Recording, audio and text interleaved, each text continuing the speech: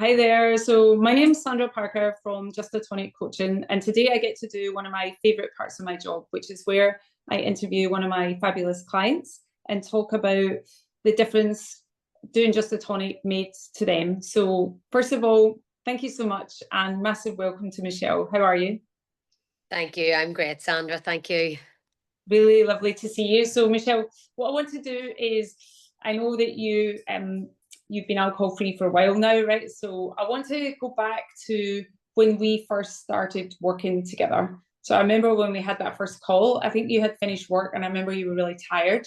And we had that conversation about why you wanted to make a change. Can you tell us a bit about last year, like how much you were drinking and why you got in touch with Just a Tonic? Okay, so I am alcohol free now, coming up to nearly a year. Um, Actually in August.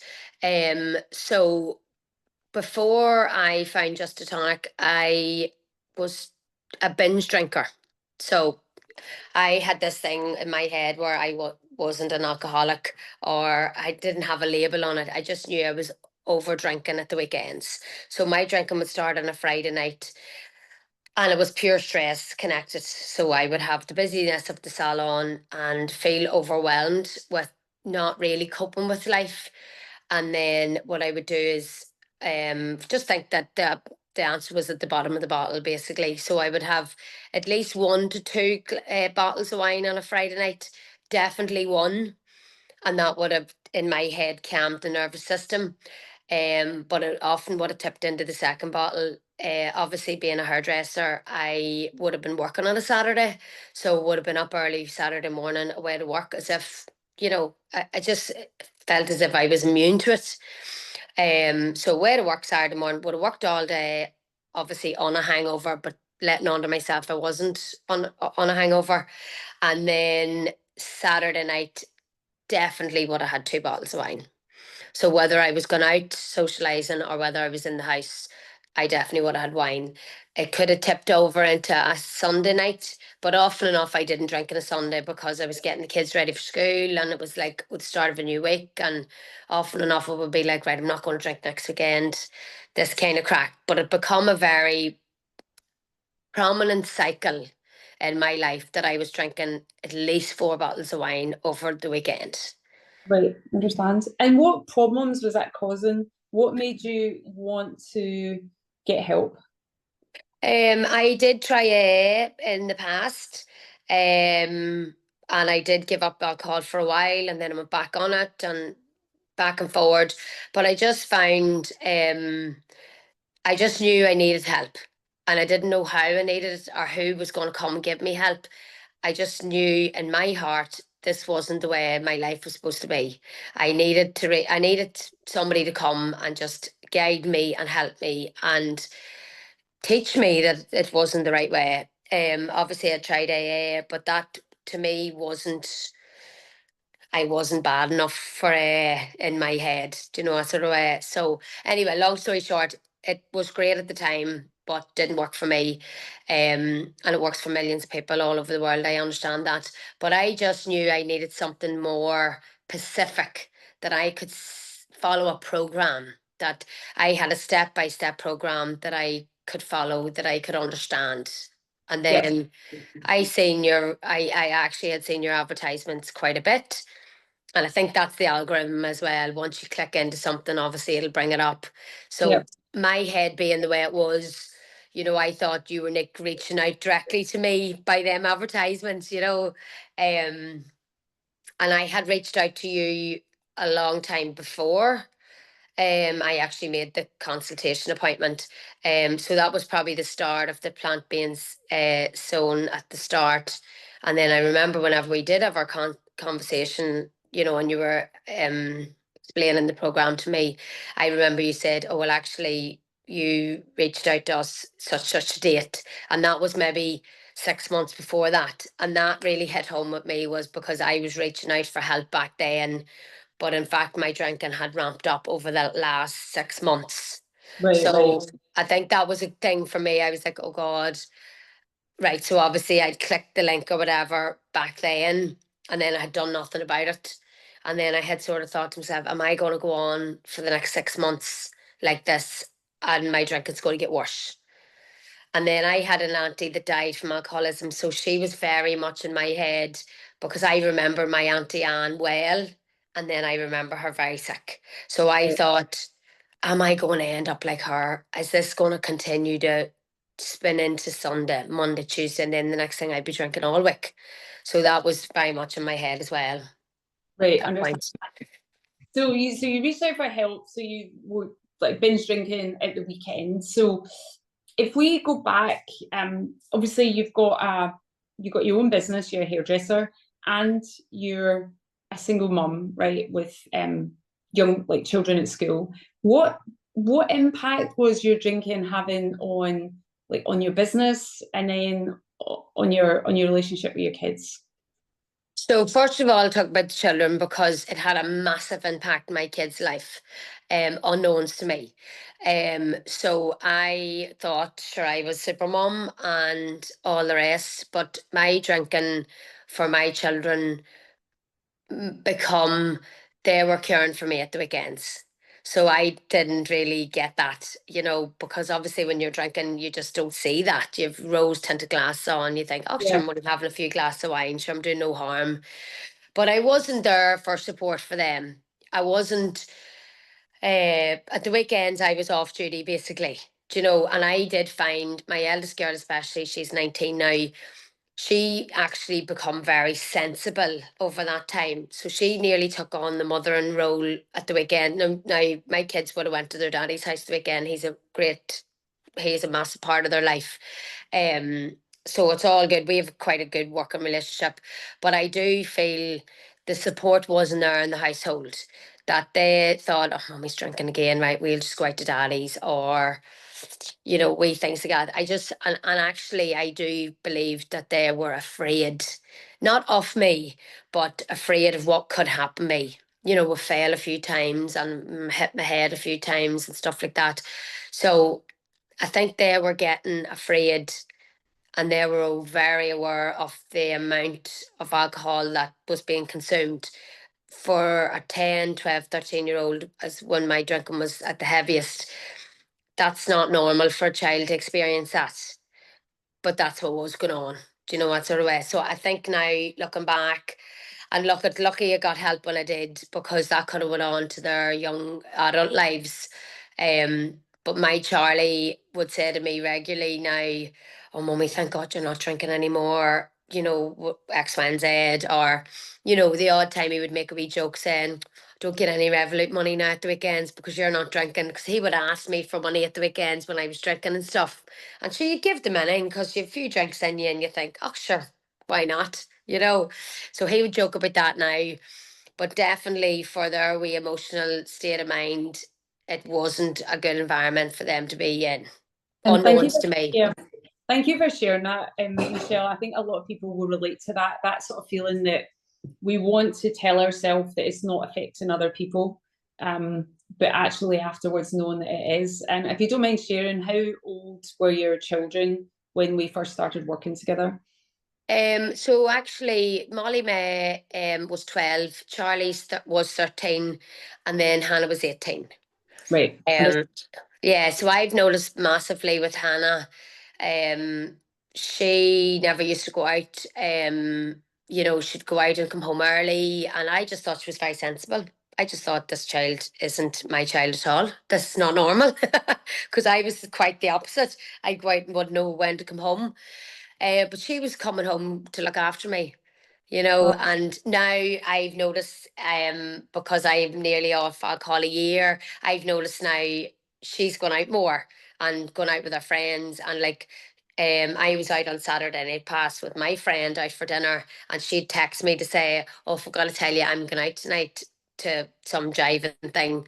And away she went her merry way. And I'd be delighted to see her going out. She's only young, and I'd be like, that's great. And then I'd be like, well, sure, if you need a lift, let me know and I'll pick you up. So I'm Yeah, doing a lot of the taxiing now, which is great. fantastic. Yeah, I'm supporting them now, opposed to the other way around. That's brilliant. That's Yeah. amazing. Well done. And then what about your business, right? So it's your business and it's pretty full on. When you look back and you think about when you were going into work on a Saturday after you've been drinking on the Friday, and then when you're going in on a Monday, like after sort of binge drinking at the weekend, what impact was that having? So I find for the business, I actually almost lost the business because what was happening to me was, I was like 2 steps forward and 10 steps back. So Saturday wasn't in my head that much of a problem because a Saturday salon is very autopilot. It's not a big, yes, you're very busy, but it's quite a blow dry day. So it's very, you just get on with it. So Right. to me, Saturday was grand. Saturday was, you just went in, you got on with it, you done your regular clients, had a bit of crack with them, and everybody was happy. And that was it. The end of the Saturday was fine. I found Monday, Tuesday had a more bigger impact on my business because when I got to Monday, I was starting again. I was not drinking anymore. I was starting my new diet. I was doing all these things on a Monday. But actually, by Tuesday, I couldn't think straight. My head was constantly racing. And by Tuesday, I was all over the place. My anxiety was through the roof. And actually, my Tuesday clients, I would have found more difficult because there were more color work or cutting, so it was a longer appointment span for the client. So it was nearly as if I couldn't handle a Right. Tuesday. Wednesday I was off. So Wednesday I was like mummy doing mummy stuff. Thursday I was fine. Friday I was drinking again. So Right. that Right. was my period of my week. So there was no real structure within the business of having a goal of where you're heading or having a plan or this month we'll do more training on education or this month we'll focus on this or even with my figures, it was like the money was coming in, the money was going out, it was floating in and out. There was no real conscious running the business. The business Right. was Right. running, but there was Yeah. no strategy around the business. Right. Right. Sort of managing it. And Yeah. so when you look now and like fabulous work on being nearly a year alcohol free, I mean that's just Yeah. incredible. And we'll talk a bit about that later. But when you look at your business, what's the difference now in your business? So you've talked about the difference with your children, right? So your daughter, you're like, I can give you a lift, she's out enjoying it. What's the difference in your business now versus a year ago? Well, I find for me personally, on a personal level with the business, I find I have to show up the way I want my staff to show up. So I feel I'm a role model for them now, Right. more so than beforehand. Yeah. Like sure God knows what was going on behind the scenes. Do you know what I mean? Because I was just functioning basically. But now the girls we're all excited. We've plan in place. We know what we're about.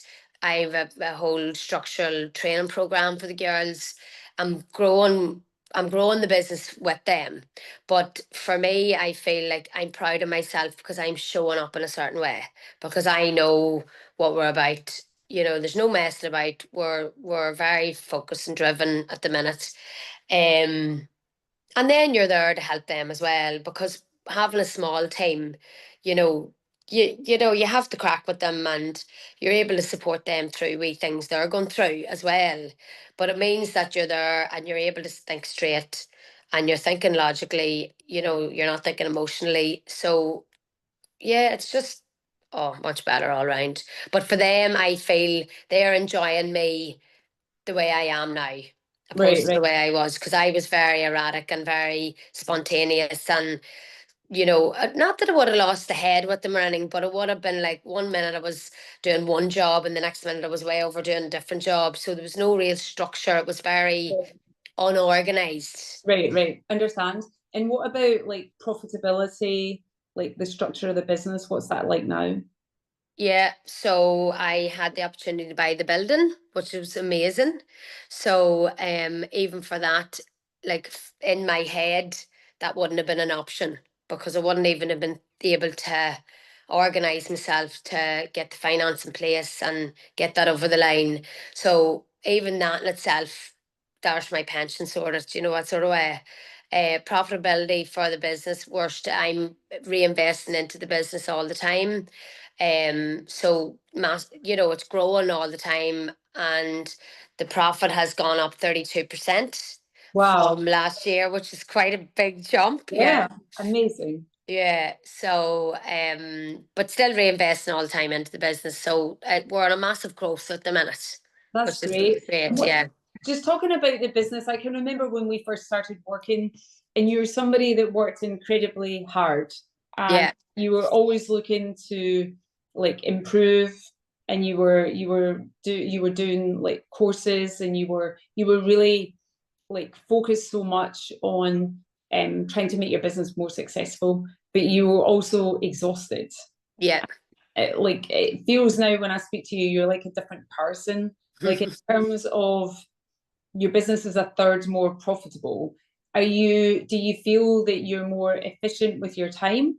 Because you Yeah. don't look anything like as stressed out as you were when we first Yeah. started working together. Yeah.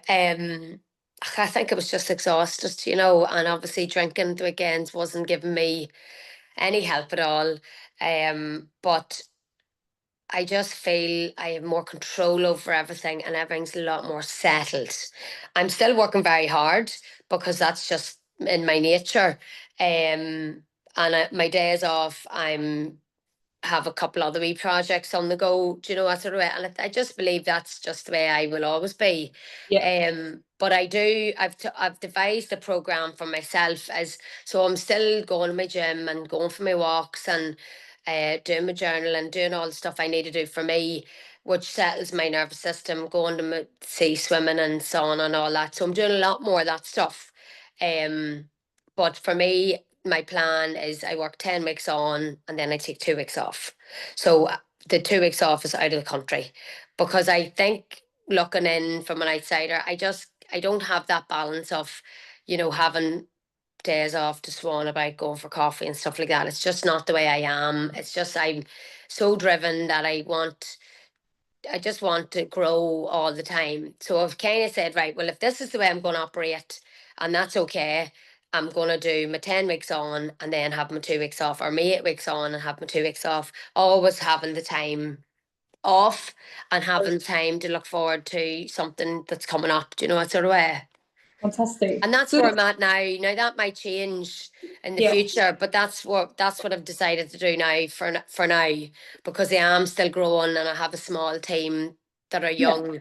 So like we're working now towards, for me in my head, I'm working towards 5 years down the line of what it's going to be like, that I right. will be able to take a wee step back more. So So being alcohol free has allowed you to make huge changes in your business, right? Which is amazing. If yeah. we go back to when you first started with just the tonic, how did you feel? So you joined the group, like in the beginning. How did you feel? Did you think, yeah, this is it, this is going to work? Like, what was that like in the early days, early weeks? Oh, well, I remember being on my first call and I just thought, this is just not going to work for me, because why would it work for me? It was like very much like, I had signed up to it, then I had so much doubt in my mind. I was like, this is a money racket. I am crazy. What am I doing with this? And even I remember my very first call, I actually couldn't breathe and had started crying. And it was that, do you know that deep cry where it comes from your soul? It's like, and I just remember just the whole time just crying on the call, thinking, how did my life get to this stage? And I didn't have the belief at the start. And I just thought, oh, this online crack is not for me. And I have so much, I don't have time to be doing these calls and, all that. So that was very much the start, how my mindset was. Um, and then as the weeks went on, the teachings are basically teaching you how, like, alcohol affects your mind, and, the whole, like the power of the advertising of the alcohol industry. And I started realizing that, God, it's actually, I'm not an alcoholic. Or, like, it's not my fault, stuff like that there. And then I think as time went on, I settled into it a wee bit. And it did take me, like, obviously the first program's 12 weeks, but it did take me probably to the first 6 weeks to settle into the program and to get the grasp. So even logging into Zoom, I find difficult, so even like the tech side of it would have stressed me out. So even just to find my feet and make time for the calls and not miss my calls, and then by week 3 I was like, "Do you know what, I'm going to make this my priority because I've paid for it. I have to give it 100%." So then I very much did take a wee bit of a step back from the salon and mark myself out properly to do my calls, and I probably missed very little of them. I was all in, and that's part of my personality now, but I was all in. And then by 6 weeks in, then I really found my feet and I was like, this is it. So what happened to me was I started just Tonic in started July, I think. And then in August, I drank again, which on the programme, it's not no drinking from day one. Some people came in and still had a wee drink at the weekends or during the week or whatever. Everybody was different. Everybody did it differently. But for me, I wanted to have no alcohol from the very start. And I had 3 drinks on the 21st of August. And I was actually devastated about that. But that was my last drink, 21st of August. So yeah, I just worked the program and just really get stuck in. And then at that point, about 6 weeks in, I really believed that this was my path. Yeah, and let me ask you, and thank you for sharing that and being honest. Like, I think like pretty much everyone can relate to that feeling of this isn't going to work for me, and like understanding the technology is like a pain, I think, for most people. Yeah. Well done and persevering. But in terms of the support from like the other people in the group, so one of the things that people might not know about this program is that it's group and one-to-one, but we have people at different stages. So you can come in the first week and you can see people further down the line, and that can give you a bit of reassurance. So when you think about, like when you were crying on the call and you were seeing the other people, did you find it helpful to see people? Did you find the group element, was that a helpful part for you? Yeah, massively. I love the one-to-one calls as well, the one-to-one with Lisa and stuff like that. I love them because I felt could really get in depth with what was going on at the minute. And I love the group calls because everybody shared what they were going through. So yeah, sort of felt then within the group then, all right, so they're going through that as well. Okay, I'm not losing my mind here completely. Do you know? So it was like, and then the support of everybody bouncing off each other was great. And some days you'd have a better day than others or a better week than others. So I was support for people and then they were support for me. And then for me, in my mind, it was, so we had the WhatsApp group, but I actually was like, I can't cope with another group chat. This is just too much for me. But obviously then as time went on, I very much leaned into the group chat, which I don't like group chats at all because it's just sometimes too much for my mind. But I would be like, right, I need to settle in now, get my wee cup of tea and read through my group chat. And, you'd be all like, oh my God, she's doing great or he's doing great. And you'd be replying back. So it become very much a family network at that point for me. Yeah. And I had very much not really told anybody that I was doing this, or hadn't told my family that I was struggling. I kind of masked an awful lot of stuff. Not that in hindsight they probably could see what was going on very clearly, but I did use the group to the best of its ability. And I've made good friends from it. I still keep in contact with one of the two of the ladies, like, but yeah, I think the group's vital. Yeah, To have fantastic. that contact, yeah. So you got to you talked about week 6, you felt it's going to work. So in week 7, we ask everyone to take an alcohol-free break. And as you said, you were pretty much alcohol-free most of the time. When you finished just the tonic, how did it feel, like starting to put all the tools together and having all that time alcohol-free? What was that like?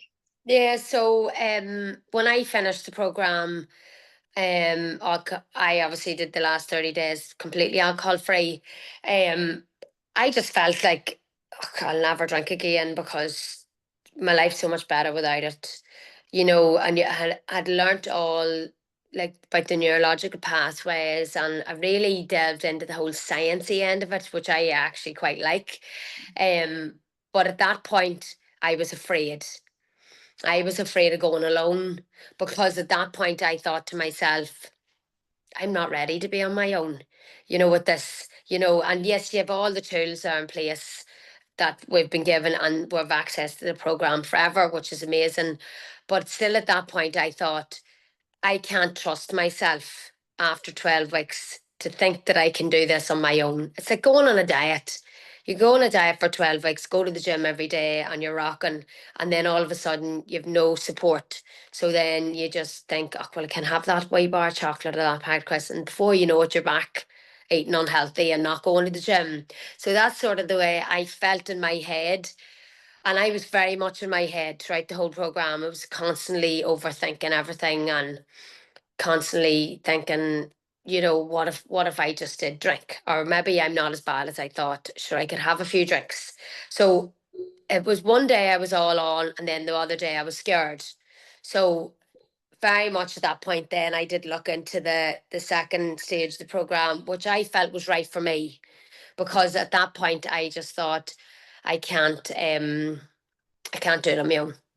Yeah, understand. So, I mean, if I look back, the way that I describe it, you made some amazing changes, but it was all very new, Yeah. right? So you joined Upgraded Life, which is like our back end program, and that's to get you to mastery over alcohol. So Mm-hmm.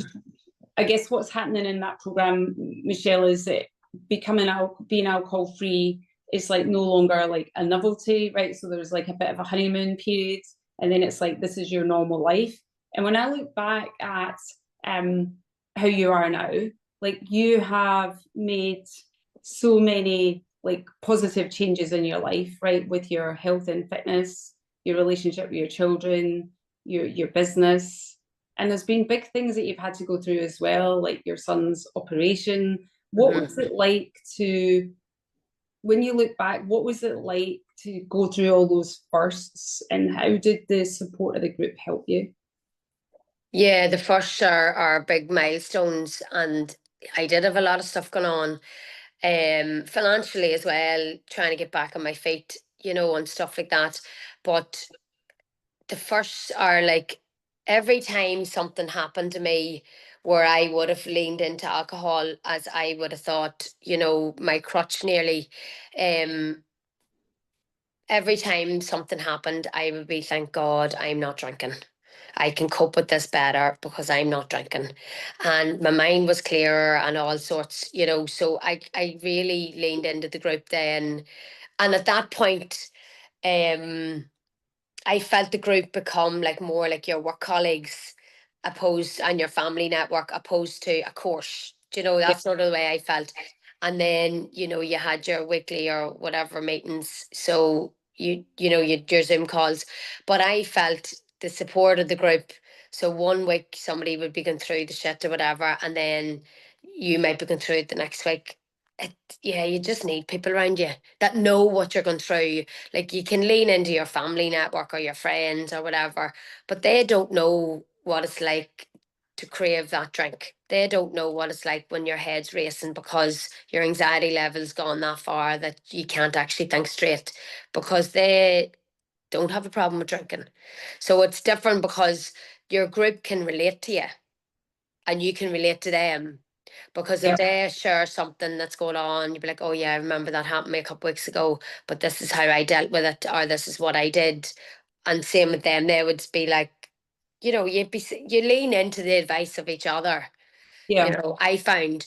And then I still always loved the one-to-ones. I loved them because it was real in depth of what was actually going on with me.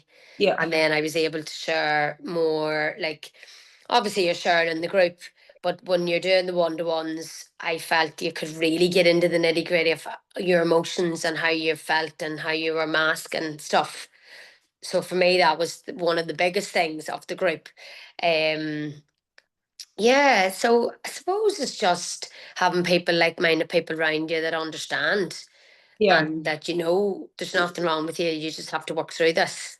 Yeah, that's a great way of putting it. And I think about all the things you've achieved as well. I remember one of the things I remember us working on together was like getting over that stigma of not being in a relationship. Yeah. I mean, that felt like that was quite powerful when you were kind of challenging things that had kept you stuck, like quite negative ideas about what you know, like your life might have been different from how you thought when you were younger and you were making that wrong. Did that feel like Yeah. a bit of a release? Oh, massive. That was the day we did the so basically I had this thing in my head that I wasn't a perfect family because our society and all that. Well, it's changing now because everybody's circumstance is different. But I had programmed myself to believe that I wasn't worthy because I was a single mummy. You Yeah. know, so I didn't do the whole thing right. You know, yes, I got married before I had kids, so that was okay. And then, you know, so like it's like set in stone, oh, you should do this at this time, you should do that at that age. But it's not. You have yourself believing that that's the way it should be. Now our society is changing because everybody's become more diverse. But in my head, I had an awful problem with going out for dinner on a Sunday evening with my three children and not feeling inferior to the family that was sitting beside me. So I always looked at, and I only ever targeted the mommy, daddy, which I thought, and the three kids. If they had 5 children or 2 children, wouldn't have bothered me. But it was if they were sitting with three kids that I find that really difficult because I would be looking at them going, now look at how happy they are. But in fact, when we broke it down, I realised, well, sure, there mightn't even be a mummy and daddy. It might be a brother and sister out with their kids, or. But I'd myself that programmed that that's what I believed, and I find that very difficult. But by doing that technique that you taught me to break it down and look at all the different scenarios of that situation, I was able to look at it going, well, do you know what? At least I can go out with my three children and we're happy, you know, and you know, they have a great relationship with their daddy, and I actually do too, have a good relationship with him. So it's all good now, but I needed to go through that process to understand, you know, where we were at. Fantastic. Yeah, and thank you for sharing that. I think the great thing is thinking about you working with you is like not just that you're someone that's not drinking, right? But your life looks so different, right? Like you just told me Yeah. you've done a triathlon, your business is more profitable by a third, your kids are so like you've got a different relationship with them. What would you say to somebody that was listening to this, Michelle, and saying, wow, like you know, they feel like they can relate to what you said about what it was like in the early days. Like if they feel that they're struggling, what advice would you give them? Well, for me personally, and this is all right, me saying this now at my stage, because looking back, when you're sitting on the fence, you don't know whether you're doing right or wrong. Financially, it could be quite a lot of money for you. For me, it was personally at the time. Um, I would just say if you were sick, you'd go to the doctor. If you had a sore back, you'd go and get that seen to. You know, this is just a situation in your life that's not perfect. You are over consuming alcohol. It's not your fault, but you need to sort it out. So, like, why not just get the help you need? And there's no shame in it. But at the time, for me, it was shameful. But the thing is, that's the way I look at it now is if you have something going on in your life where you're not happy with, you need to address it and work on it and move forward. Because the other way, it's just going to get worse. And that's just the bottom line. And when you do you ever think about what your life would be like if you hadn't joined Just a Tonic?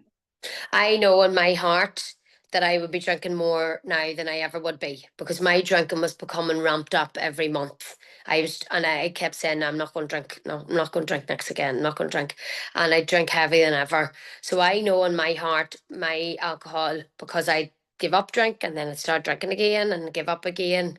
So I know in my heart, I will be drinking more and it will be affecting my life more as time went on. And that's I just know I'd be doing that. And I'll be on that circle, that, you know, hamster wheel of wanting to be off it but drinking more, and then wanting to be off it. So, and at the end of the day, for me, if you've got a problem, you just need to educate yourself on how to work through it. So it's all right me saying that now because I'm over the other end of it and I've done the work, but you have to start somewhere. Yeah, fantastic. Well, thank you very much. Anything else you wanted to add? I just feel like maybe, you know, I'm on this path of everything's sort of meant to be. So I'm just on this journey of like, I was obviously meant to make you and do your program to get to the next wee stage of my life, to move, you know, to build the blocks. Yeah. But it's like, that's really the foundation, you know, because if you're not, if you feel you have a problem with alcohol, but you're still drinking, that's your gut telling you that this is not your path for your life. So for me, it was like, if I didn't address it then, it would have been a disaster. But yeah, so if you feel, for me, if you feel you have a problem with alcohol, you just need to do it. You just need to start at the beginning and get the foundations right. And the foundation is learning with just a tonic how to get, you know, to get control of the situation, and then moving on to the next stage. Whether you people go on to the next stage of mastery, you know, but the first 12 weeks is crucial, and that's the building blocks of them where you can go after that. But if you don't get that right, you'll not, it'll not work. Like Yeah. life will not get better, because if you're still drinking and thinking you can kid it, or, you know, like get round, I'll drink away and I'll have my drink just the weekends and I'll be able to handle it, you'll find that you can't. Your Yeah. mind, it does affect your mind in the long run, like.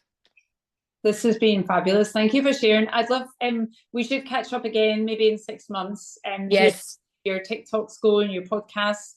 But honestly, Michelle, I'm so happy with how well you're doing. Like, not like you look so happy, you seem so relaxed, and hearing how well you're doing with your business, like your fitness now, like with your family, it's brilliant. So like I'm really happy to have played a part in it. But I want to say massive congratulations to you. You should be Thank you. Yeah. well done.